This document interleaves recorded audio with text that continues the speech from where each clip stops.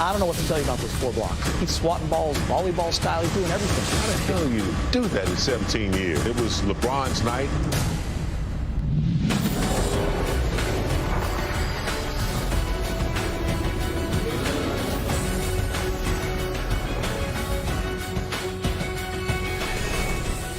LeBron had that look before Game 3. It translated to the court. 36 points, 4 blocks. He did it all as the Lakers took a 2-1 series lead. Is this the same look before Game 4?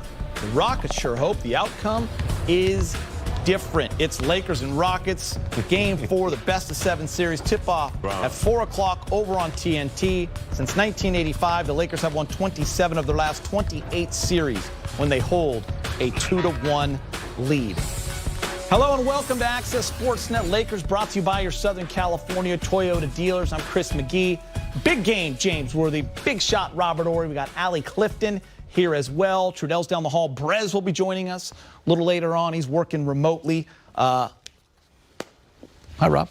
What's up? How you doing? I'm great, man. Let's get right to it because we got a lot to talk about. Lakers superstars have now gained the advantage the last 2 games as the Lakers lead 2-1. LeBron and AD combined for 62 points. AD and LeBron are starting to get into some Kobe Shaq territory, rarefied company for best winning percentage all time for a duo. At a 952 clip for Shaq and Kobe, 944 clip for LeBron and AD. They are 17-1 when they reach that 60-point combined plateau. That is impressive. So after coming up on the short end in Game 1, guys, they've dominated the past 2 games, 17-1 when scoring combined 60. That's an impressive number. James and Rob, the thing to me, they dominated on the defensive end as well. It's not just about the points. Yes, the Lakers need that to win those games, but man, were they good defensively, those 2. And that just goes to show you, from the beginning, when AD came here, when Coach Vogel came here, that was one of the first things that they talked about they wanted to establish is defense. AD said he wanted to be the most valuable defensive player. And so they established that early, and they've always had that. Before all this COVID-19 stuff happened, they were a steady defensive team, and that's what's kept them afloat when they haven't had the offense, when they haven't been able to shoot the threes. So in the NBA, there's only 2 things to win championships, and that's defense and rebounding. Yeah. And you have to do those before you can even think about any kind of high-powered offense you have. And they seem to understand that. It definitely has kept them afloat in the bubble. So if they could sustain that, continue the defense, collectively, they've been doing a good job. It's not just LeBron blocking shots. It's Caruso doing the vertical on Harden, understanding how to play. Rondo coming in, stripping Harden a couple times. He's been studying film. So, yeah, the defense is critical from here on out. He pretty much said everything then, but I read your notes. Yeah, I read your notes, Rob. You think if you look at the defensive scheme, it's been pretty good. Mm-hmm. It's almost, I won't say perfect because nothing in this world is perfect, but it's been pretty damn good.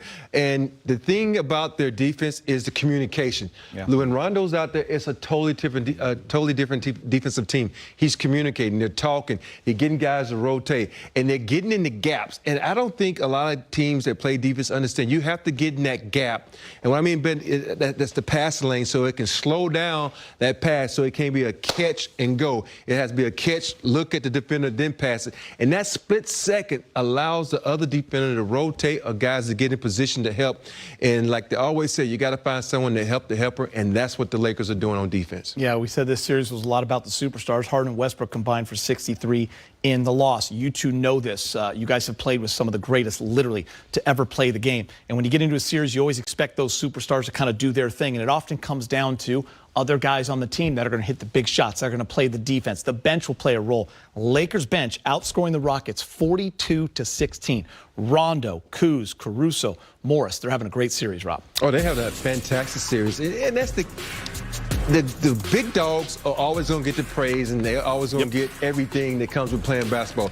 But they know if they don't have what Shaq likes to call the others, their teammates, they know they can't go far because you got to have guys step up. And the thing about the bench players and not the top 2 guys or 3 guys on the team, it's going to be nights where you're on, it's going to be nights when you're off because you don't get the advantage of having the rock in your hand to get a rhythm for it. You don't have the advantage to get up 20 shots to get a rhythm. You have to be ready on point. So if you come out there and you knock down 3 or 4 like Morris did in that game, you got to keep going to because you know it's a special moment for that guy. So when these guys collectively step up and they're all stepping up, the other team is going to be on point and be worried about it.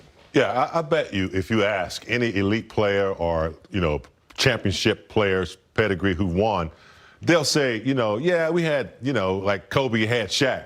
But I guarantee you they'll say, yeah, we had Big Rob coming off the bench, vital for our championship victors. Or they might say Derek Fisher. There's always a player coming off the bench that's vital to winning championships. And that's what this bench has been doing, man. I give a lot of credit to Rondo since he's come back. They've really enhanced the bench because they have a floor general out there. But, Kuz learning his role, not worrying about his shots, getting offensive rebounds, playing defense. Caruso's, his plus minus is, off the chart. So they complement their starters really well. One of the best in the league. Jeff Green was the only Rockets player off the bench to score. He scored 16, but Daniel House did not play. He's got some explaining to do, and some news on the Daniel House story here from Chris Haynes of Yahoo. Houston Rockets guard Daniel House under investigation for potentially allowing a female COVID-19 testing official into his room. Rob, your former teammate, Vernon Maxwell, trying to give the Rockets bench some help, saying this: I don't know who needs to hear this, but Dream, Big Shot Bob, Mario, Clyde, Bull, and myself are all available for Game 4. Just saying. Before we get to House. I'm not available. I'm telling you that now, unless you offer. Can you not give the Rockets 15? Hey, if $3 million a game, I'm available. Other than that, I'm coming at a price. A price. I come at a price. Nowadays, with the amount of three-pointers, you'd be averaging 18 a game. Hey, you got to know this. I win every other year, so I'm guaranteed to win if I played. That's true. And so it comes with a price, man. I'd do it for $300,000. Back to House. I mean, I'll say this. She's the one administering the COVID tests. I don't know how much we want to get into this, but looks like he's kind of under investigation. Rob. Man, it's the bubble. Maybe he didn't man. have a +1. I don't know his story. It's the bubble, man. You got to understand, guys who are in shape have tendencies to want to do some things, man. And you in that bubble for that long, you can make some bad decisions. And apparently he made some bad decisions. That's what they're saying, big game. I guess basketball wasn't that important to him. Listen, we can debate it all day long. If it's wrong, we can enjoy it. It's a good having some fun with it. Fun point. I wish he was playing. Humans will be humans. I can't throw rocks at a glass house. We make mistakes. Unfortunately, his comes during a tough time. But yeah. And there are rules. Yeah. You get caught, you got to pay the price. For the latest on Game 4, let's send it down the hall to Lakers reporter Mike Trudell. Hey, Mike. Hey, Mike. Yeah, thanks for throwing that over to me there. Yeah, I'll try and bring this over to something real. Although, first of all, Game, who's to say that you would play for the Rockets? I believe you have some rings playing for the Lakers, no? That's correct, man. More rings. Highest bidder, dog. Highest bidder. When it comes down to the dollars, you go to the highest bidder. He's an assassin. 7 rings for a reason. All right. Well, I did want to ask Frank Vogel about Daniel House, so that'll be the second question. But wanted to start with that Lakers second half defense, which was particularly good in the fourth quarter, not just in Game 3, but in Games 1 and Games 2. Houston averaging only around 21 to 22 points per game in the fourth quarter. Part of that because James Harden is not scoring. He's actually, guys, had 5 points in Games 1, 2, and 3. No more than 5 points in any fourth quarter to this point. So that's where we started with Frank Vogel a couple moments ago. We made some halftime adjustments, to tighten up our defense. I don't want to really get into the details of those, but within those adjustments, we really just brought better energy and commitment to what we're supposed to be doing. And obviously, with LeBron making those superhero plays, that limited the points in the paint as well. Frank, what did you think of how Houston looked without House? As it looks like they're not going to have them once again. And just this one rotation player, can that make a big difference? And is that something you guys are able to take advantage of? Well, it definitely impacts their depth, but they have McLemore has not been playing a lot, and he'll get House's minutes. Austin Rivers will get some of House's minutes. Those guys are both very effective players, so I anticipate them being able to pick up the slack. Allie? Dan? Frank, you guys have pretty much retained your rotation and essentially you guys start these last two games. Is there any concern that as the series goes on, they're how close they can watch ahead and just maybe expanding it? Yeah, I don't really like to talk about what we're going to do going forward. Don't want to tip our hand, but it is something. Honestly, if I was playing 10 people, I'd still keep an eye on minutes with all of our guys. And with this situation, if I play a shorter rotation, it would be no different. We still want to keep an intelligent eye on the minutes and the load. So it wouldn't be any different. Obviously, no one really knows exactly what's going on in the situation, but do you use that as an opportunity to kind of remind your players after 2 months and everything has been successful here to really stay on guard? Is that a discussion? Yeah, honestly, I don't feel like our group has to have that talk. I trust that, we've been through this for a couple months now. Our guys are really locked in to the task at hand. And obviously the situation is a reminder, but they're seeing it on their phones, and obviously we don't want to do anything like that. All right, so the Rocket that actually ended up getting the most minutes last game, guys, in the absence of House, was Jeff Green, who played 35 minutes off the bench, almost like another starter. Rivers and McLemore are both under 10 minutes, so we'll see if Houston keeps it that tight. Now, for more on the House situation, back to Geeter. Oh, yeah, thanks, Mike. Appreciate that. We'll be talking about it during commercial break. All right, that's Mike Trudell. Plenty more ahead here on Access Sportsnet Lakers. As we go inside the bubble, the Lakers have a 2-1 lead without a significant offensive contribution from KCP. He's averaged just 5 points on 29% through the first 3 games. He's due for a breakout. Coming up on Access, playoff Rondo is real, and he's spectacular. Ahead, we'll discuss Rondo's impact heading into Game 4.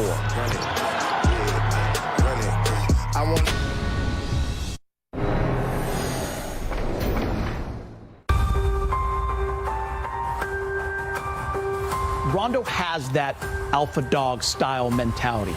Rondo, how do you prepare for that? The Lakers don't have a third guy. Rajon Rondo is saying, yes, we do. Rondo, I got to tell you, he's amazing. He should be out there because he's a gamer and he has so much influence and presence on the court. You're only as good as your coach believes in you. All season I expected this come this time of year. He's been spectacular the last 2 games. I can't do it without my teammates. My teammates been doing a hell of a job of giving me the ball, giving me confidence. Rondo hits another one. Big shot for Rajon Rondo. Playoff Rondo. Is there something to that playoff Rondo thing? I don't buy into it. Whatever makes Doe continue to play like he's playing, then, I don't buy into it then either. But he's been exceptional. Rajon Rondo, he might not be buying into playoff Rondo because it's him, but we all do. It's real. Playoff Rondo is real. Rajon Rondo came to play in Game 3 against the Rockets, especially in the fourth quarter. Just look at the numbers. 12 minutes played, 12 points, 5 assists, scored or assisted on 23 of the Lakers' 30 points in the quarter. So what does Rajon Rondo think about the playoff Rondo talk? He discussed it after the Game 3 win. I don't buy into it. Like I said, it's, you're only as good as your coach believes in you. And I've been able to get a little bit more minutes in the playoffs. But like I said, I can't do it without my teammates. My teammates been doing a hell of a job of giving me the ball, giving me confidence, and coaching, calling plays for me, and we're able to get stops to get on the break.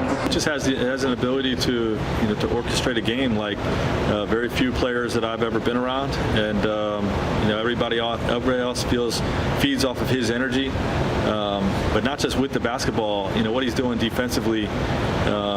At certain times, picking up Harden, being a real communicator on the defensive end, and getting us involved, and just a great two-way performance by him.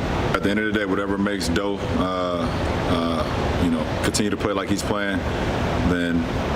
I don't buy into it then either. But he's been exceptional these last 2 games. Obviously, that first game he hadn't played in a while, so it was a fill-out game for him, just like the rest of us. But these last 2 games is everything that we've imagined being in the postseason. And for me, being in the playoffs and being on the opposing side of him for so many years, I knew what he's capable of, especially in the postseason against those battles. So to now be on the same side as him and seeing, it coming together for the both of us and for our team, it's perfect. I experienced it firsthand a couple years ago with him in New Orleans, and it's real. The playoff Rondo is real. His intensity picks up. He wants to guard, the best perimeter guy. You see he guards James and Russ sometimes. He wants to, facilitate on the floor. He's shooting the ball very well, making the right passes. So his IQ is on another level. By the way, to regular Rondo, playoff Rondo is real, in case you didn't know. He's been the topic the last couple of games, as it should be. The impact has been like MVP type of series play, James. Yeah, when you think about, veteran guards who extend their career and are still productive, I think, he's not exactly like CP3, but he's that type of point guard that still has it and can produce and enhance everybody else. So he's always been a student of the game. Rob watches a lot of film, coaches younger players. So, yeah, he's a major asset, especially in the absence of Bradley. The thing about Rondo is he can turn it up another gear. When you win a championship, it's an addiction. And he was able to win those championships with that green team, and it puts you on another gear. It puts you on another level because it's playoff time.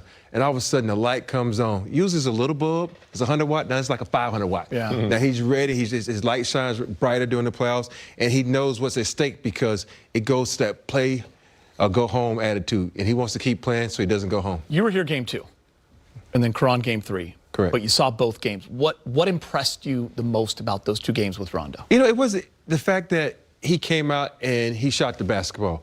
Because there'd be times when Rondo would get the ball open, he would be reluctant to shoot the ball. Now he's taking that shot because he knows if I knock this down, it's going to make it easy for everybody. And then when I penetrate, it's going to open up gaps and open up shots for everybody. So that was one of the things. But the other and the most important thing was his communication, like I said, on the defense of getting people in position and taking the ball out of LeBron's hands so he can get some rest.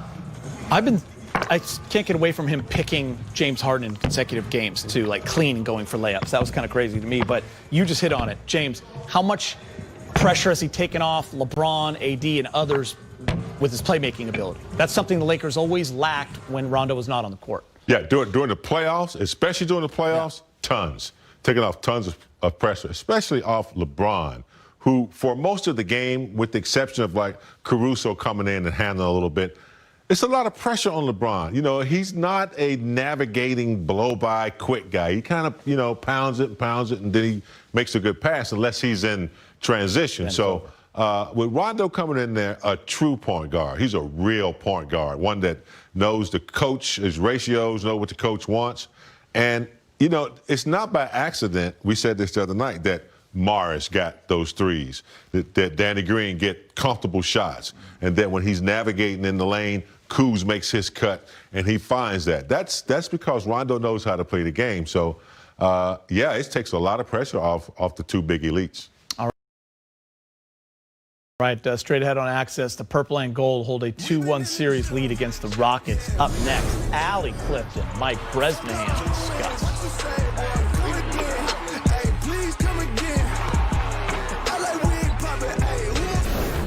Lakers-Rockets series, Game 4, coming up at 4 o'clock on TNT. Game 5 is Saturday at 5. That is an ESPN game. Game 6 and 7, if necessary, will be on Monday and Wednesday, of course. We will have all your pre- and post-game coverage. Let's bring in Allie Clifton, our Laker insider, Mike Bresnahan, with more. Allie. Thanks so much, Geeter. Hello to you, Brez, as we take a look at your three-point play, 3 things that you were looking forward to in this game. And we begin with what you think the Lakers need to do in order to create some separation here in this series. Yeah, 4 simple words for the Lakers, if I may give them some advice. Keep playing great defense, all right? And who am I, just a reporter, turned into a TV fool? But obviously that second half was really, really key for the Lakers, holding the Houston Rockets, of all people, to 38 points in that second half. That's a huge, huge step right there. Now, here's the deal. After the third game in the first round against Portland, I feel like the series is over. We had seen Portland's best shot. Lakers were in control. I don't necessarily feel that way right now. Houston has just so much firepower. The Lakers have to keep that defensive stranglehold on them for sure. And I'll tell you what, LeBron was amazing in that third quarter, 4 block shots. Amazing defense by him. Cannot forget Alex Caruso and Kyle Kuzma.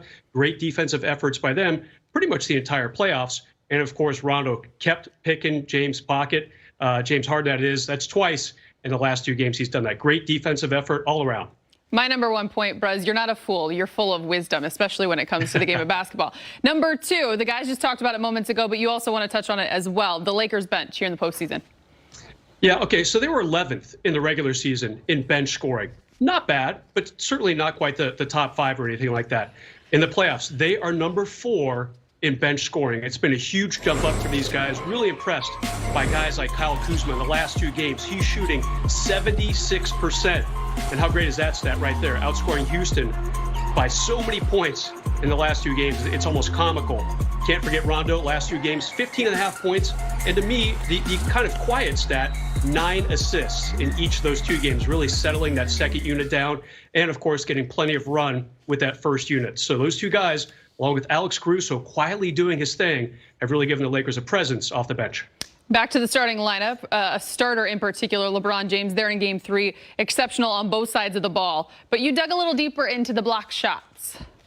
Yeah, Allie, so he's played 1,512 games in his career, but he had never blocked 4 shots in the same quarter until the other night. So this is a big deal for a guy who's done just about everything.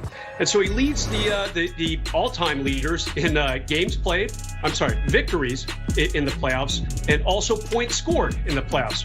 Pretty soon it'll be games played too, if that hasn't happened already. So I wanted to see where he was in blocks. He's actually 12th all-time in block shots in the playoffs. He actually passed Dr. J just the other night. And James, this is for you. See those 2 Celtics above LeBron on the list there? He has a shot at passing Kevin McHale, which I know is really going to make you sad. LeBron has played 242 games in his career in the playoffs, and he has 242 blocks. Quick math, he averages 1 a game. So if he plays about 40 more playoff games, eventually he will pass your friend James, Kevin McHale. Easy. He said easy. He said easy. Brez, well done as always. Stick around for just 1 minute, if you will, because we actually have a bonus point, the most important point to all of your 3-point plays ever. Geeter, are you listening? You may think that we're going to break, but not so fast. We wanted to remind you on your born day just how young you are, but also how loved you are from your family here at Spectrum. So please, bask in your glory, courtesy of yourself. Do that again. I'm Chris McGee, and I'm old. Thanks for watching. You're the man, Geeter. Best analyst. Old place.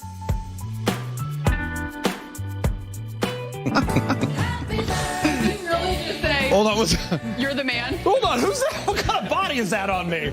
The short arms and the. What is that, Big A? We love you, man. Thanks, man. You know, been with you from the beginning. You're a stand-up guy, a great dad. Trudell's in there. Happy birthday, Geeter. Hey, thanks, Mike. Hold on. Sweating. Wait, not 50 yet, guys. I'm not 50, Brez. I'm not there yet. 53 today. Not yet. Got another year, buddy. Keep it away. You can tell when someone's embarrassed because he's starting to sweat. I know, man. Listen.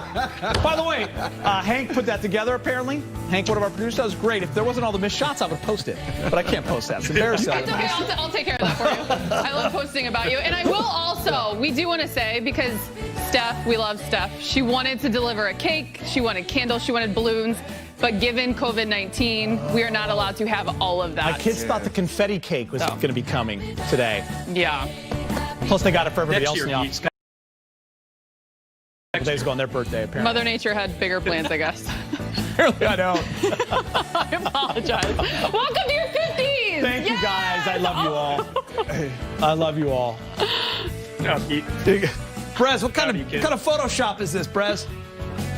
Me coming out of a cake. I gotta get a picture of that. I gotta get a picture of that. Hold on. Happy birthday, Geeter. Happy birthday, Geeter. Great. I work with Geeter some used to be a fun dancer, people. apparently. I had no idea. That's funny, man. You guys are I was great. just going to say your body's on point. See, look at the short arms. You know what? Thank you. Appreciate you guys, man. The big men for the Lakers have been one of their biggest strengths this season. Prior to this series, Dwight and JaVale were averaging over 35 minutes combined in 70 games, which include regular and postseason. Now the minutes, they're way down. JaVale's played in all 3, but is averaging just over 9 minutes a game. Dwight, he only played in game 1, has not played the last 2 games. At practice this week, head coach Frank Vogel discussed shortening the Bigs' minutes. It's very important. I always try to over-communicate with all of our players, make sure they know exactly what their role is on a given game or a given series and why. And, just to make sure they still feel appreciated, that they still stay ready, because I do believe those guys have a place in this series. And, they just got to understand that and continue to stay ready. They're playing, they're playing right now 4-on-4 or 5-on-5 to make sure they're staying ready. And, with anything, I think it's very important to just make sure you're communicating with guys, to being honest and setting an expectation. Lakers lineup, guys, there has been a change. Just like we saw in the second half, game 3, the Lakers came out, played unbelievable defense. Remember, they're going with that lineup. Markieff Morris instead of JaVale McGee. AD, Danny Green, KCP, LeBron will stay the same. I said this earlier. We saw McGee limited minutes the first 3 games. We haven't seen Dwight in a while. Will we see Dwight or JaVale in this series again, Rob? Now I don't think when it comes to bigs in this series, they're needed, because I think the tallest guy is 6'6", and if you think about it, JaVale could play because he's a little bit more athletic than Dwight Howard. I don't think we're going to see Dwight Howard at all, but I hope that they still bring in JaVale, because JaVale at least get the tip, the jump ball, go down, run that play they got where he gets a dunk, and then bring him out. There's a reason you could play him, but I hope they play him, because sometimes you can get offensive rebounds, get tips out, and and me personally, I hate when coaches don't coach their team. They automatically coach against the other team and think, okay, since they're this way, I got to play down to them. No, play your game and make them adjust to you. We've seen that more over the last few years than we've ever seen it, because of the style that teams play. So I'll ask you this, James. You two never had to go through this.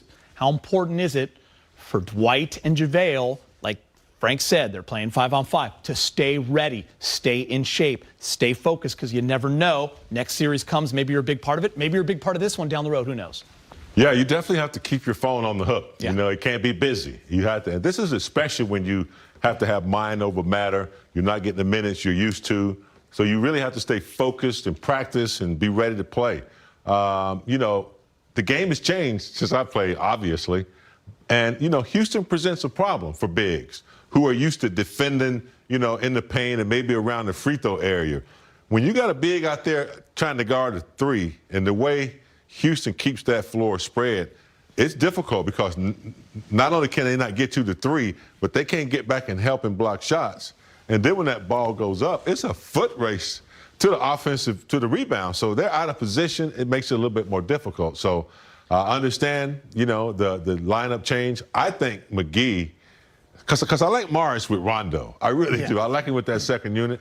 McGee is fluid enough. He's a little bit more agile than Dwight. I think he can sustain some minutes, but I don't see Dwight in this series at all. Yeah, I agree with both you guys. And listen, the Lakers have a luxury. They can match up with teams big. They can match up with teams small. Not everyone has that. Time for Access 360. Second half defense.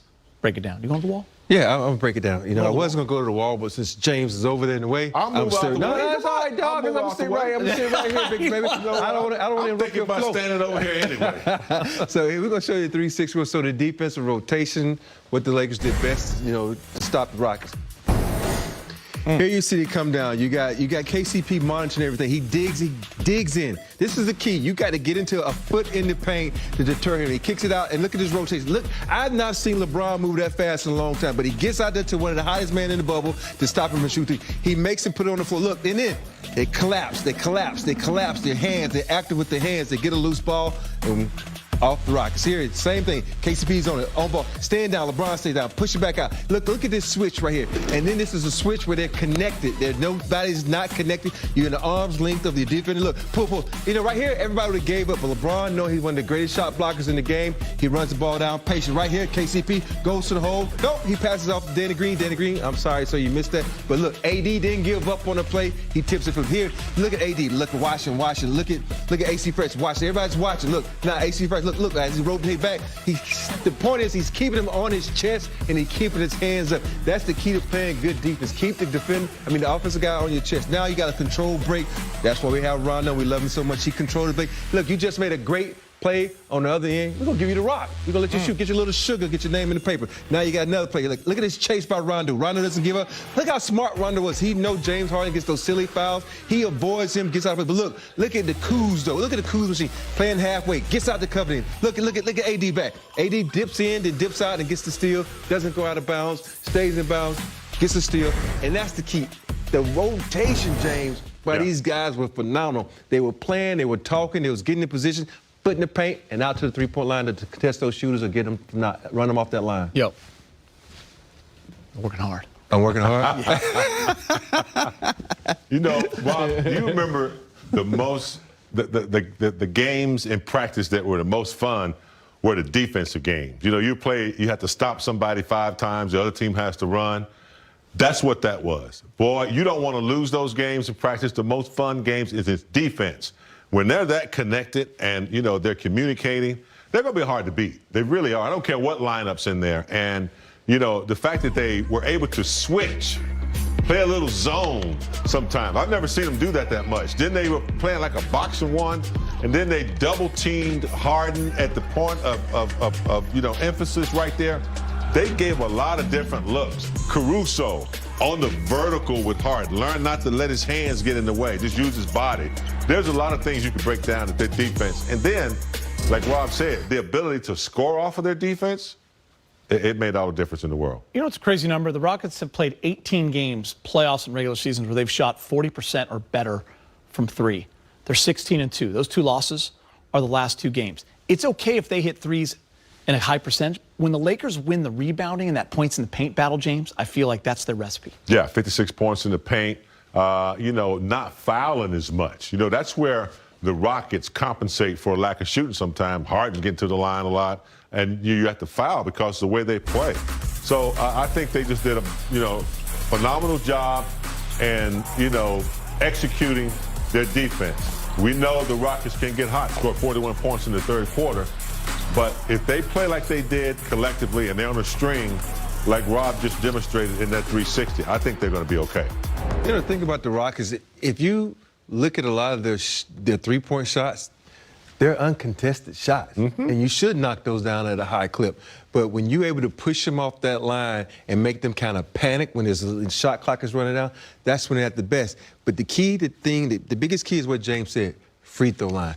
If you go and look at what the Rockets do from the free throw line, especially James Harden, that's 15 points he gets from the free throw line. When they get you there, they're winning. And that's a problem. That's 15 free points they get, and they're not getting that, so they're not winning. All right, we're getting closer to tip-off. Game 4, James Harden hasn't had any problem with his shot. 53% from the field, 48% from deep in this series. Coming up, LeBron James is 35 years young, and he is dominating in the playoffs. Ahead, we'll discuss how the league should be afraid of an activated King James. I'm on my job, I'm doing my thing, I'm flexing you boys, and do it again. They say whatever, and I don't just... This is LA. Game 3, LeBron James became the NBA's all-time leader in playoff wins with 162. LeBron passing Laker legend Derek Fisher.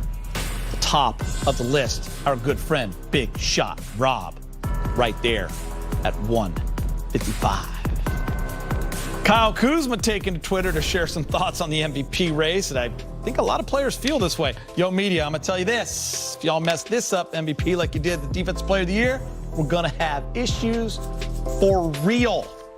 Allie. I have to ask you. We actually kind of had a FaceTime that night for a second, and there were some texts as well. LeBron, the way he looked in Game 3, I know you've seen that many times, but for Laker fans, the way he was attacking and scoring in that first half, it was just different than I think something they have seen in the uniform before. What were your thoughts when you saw him, just that look in his face in that first half? My thoughts were to call Geeter and scream via FaceTime, which I did. Because I think given what you said, the amount of times I have seen him take over, the special moments, the zones that he finds himself in, the ability to put his hand on the game on both ends of the floor, I was even surprised by what he came out with there in Game 3. But I think what we can all agree on is, especially when it comes to superstars in this game, in the playoffs, they have that innate ability to have a feel, to have an understanding of timing and moments and how important that Game 3 was, because Houston is a team that's so high potent that you don't want to fall back a game to. And I think being tied 1-1, it allowed him to set that tone and remind his teammates, yo, come on, come with me. Yeah, I think you're right. I actually thought about that. Like, he was basically saying, I'm here. I'll wait for you guys to get here because this is where I'm at. And it's funny when you watch him play, like we talk so much offensively, he's just, listen, he's LeBron James, right? Like you see it every single night. But at 35 and 17 years in, I feel like what you're seeing from him defensively, James, you just don't see it with a guy at that age and a guy who carries that much offensive load. Superstars on offense usually aren't playing that kind of defense. Yeah, and in any sport, I can't think of any sport where someone with that many miles on his body at that age is still producing as if this is his second or third year. I think he's like, you know, Murray or somebody, one of these young kids that only has 2 or 3 years. But, you know, it's one thing to be great, and there's been a lot of great players, you know, but then there's another thing about being great and elite and then understanding every aspect of the game, you know, every facet of the game. When you know each team, you know each game, how to play each game, the importance of a game, when he needs to rise in any category, whether that's scoring and defense or all of them at the same time.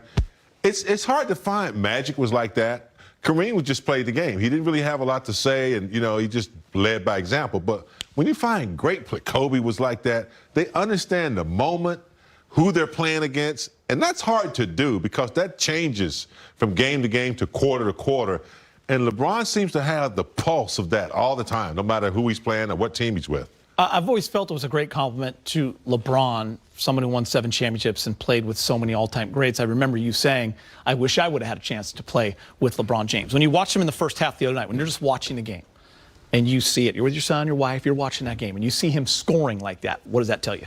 You know, it lets you know he's engaged and he wants to go up 2-1. Yeah, that's from the get-go. From the get-go, he wants to establish himself and put some doubt in their mind. Because a lot of times you look at guys, you look at these guys that have a little longer than tooth up there in age, it's okay, it's playoff. He's going to be a little tired tonight. But he came out and said, yo, I'm fresh, LeBron. I'm going to be aggressive. I'm going to set the tone early.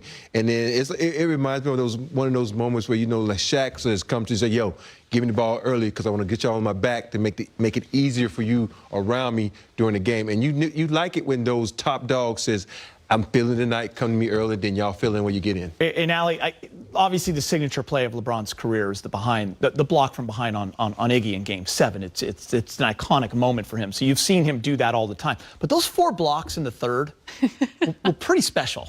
I don't know who he thought he was there, but he was blocking like he was a center. But that's the thing, is how great that first half was. To your point of being engaged and understanding the moment, to have those blocks in the third quarter. Yeah, and not even scoring. He wasn't really scoring. Exactly. Yeah. But I think this is, too, where ultimately when you think of that and you look at the way in which he played, we want to think year 1735, but then we're also reminded about the dollars he puts into his body, the commitment, the grind that he dedicates to being available, to being ready, to being healthy, and to be able to perform at this level. But there was one thing yesterday that kind of clicked for me, too. He posted on social media nap time in that hyperbaric chamber, and I was wondering if maybe that had just arrived in Orlando. I don't know. We know he naps in those things a lot. Yeah. Maybe it just got to Orlando, and that helped to energize and juice him up a little bit. Hey, I don't know, but it was spectacular. Yeah. And if he needs more, keep sending him. Yeah, exactly. Rob, can I borrow your chamber?